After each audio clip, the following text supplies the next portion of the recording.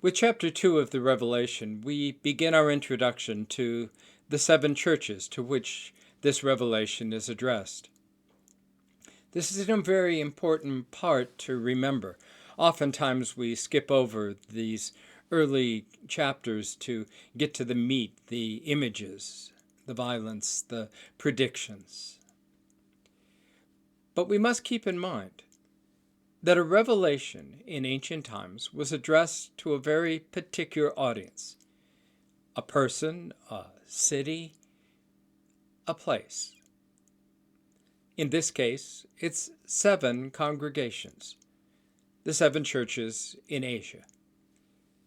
It is to them that this revelation comes. They are the audience. Any speculation on our part as to what this revelation means for the future is totally out of bounds. We may find it helpful to create a language to describe what we're going through, but the details of this revelation really only make sense to these 7 congregations at their particular time. We would do well to keep that in mind as we move forward.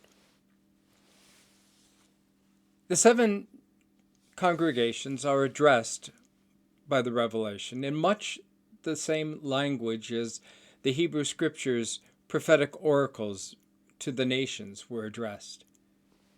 They consist in most cases of a blessing or a series of blessings and a series of curses or issues that need to be addressed.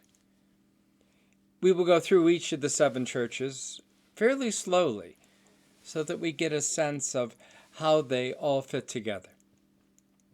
The first of these churches is Ephesus. Ephesus, as a city, was the center of Roman administration in Asia, and as such a very important, critical city. It's ethnically mixed. It's a port city with a seaborne economy, and yet at the same time its well-developed roads allow for inland markets as well for their goods and services. There's enormous wealth in Ephesus, particularly around the temple of Artemis. And so Ephesus becomes a center of finance for Asia. The local religious traditions are a blend of traditions, dominated, as one might imagine, by the worship of Artemis, but also by a whole variety of other Greek cults and gods and goddesses. There are Egyptian deities that are worshipped as well, Isis and Serapis. The Jewish community is well established, several centuries old.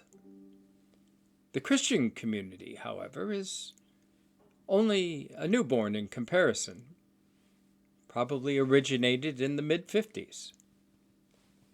It seems that there were also multiple forms of Christian congregations within the city of Ephesus. Some seem to be in the business of accommodating the Greco-Roman religious practices, and for that they hear from the revelation. The great hallmark of the congregation in Ephesus that the revelation is addressed to is that they are critical of the apostles that come wandering in and out with various messages, all purporting to be Christian. The revelation holds up their ability to discern the truth, the correct gospel, in much the same light as many of those cities that Paul addresses in his letters. They are heralded for their faithfulness and their persistence in correcting their brothers and sisters when they have gone astray. However, they have an issue. They have let go of love.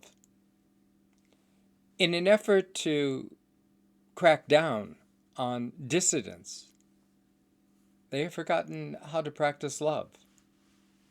The congregations have become judgmental, critical, maybe even inquisitional.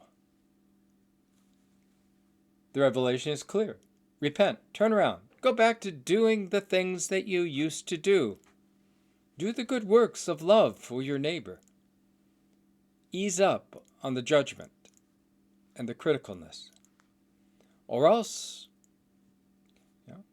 we may move your lampstand. You may lose your status as one of the favored congregations.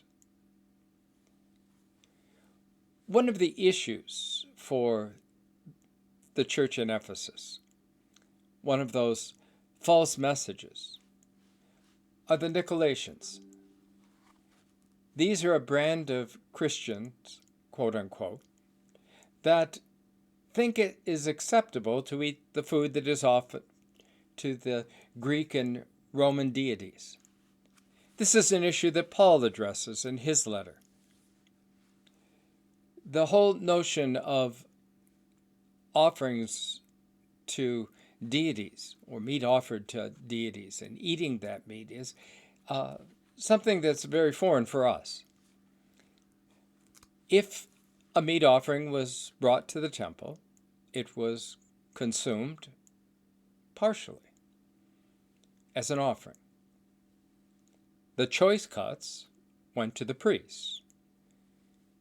But what the priest didn't eat or didn't want went to the marketplace, sold to vendors, who in turn sold it to those in the city. The question becomes then, if the meat was originally offered to idols, is it something that Christians should eat? Obviously, for the revelation, no. This is one of those critical areas where things are not going the way they should. They're practicing a false Christianity as far as the revelation is concerned, and must stop.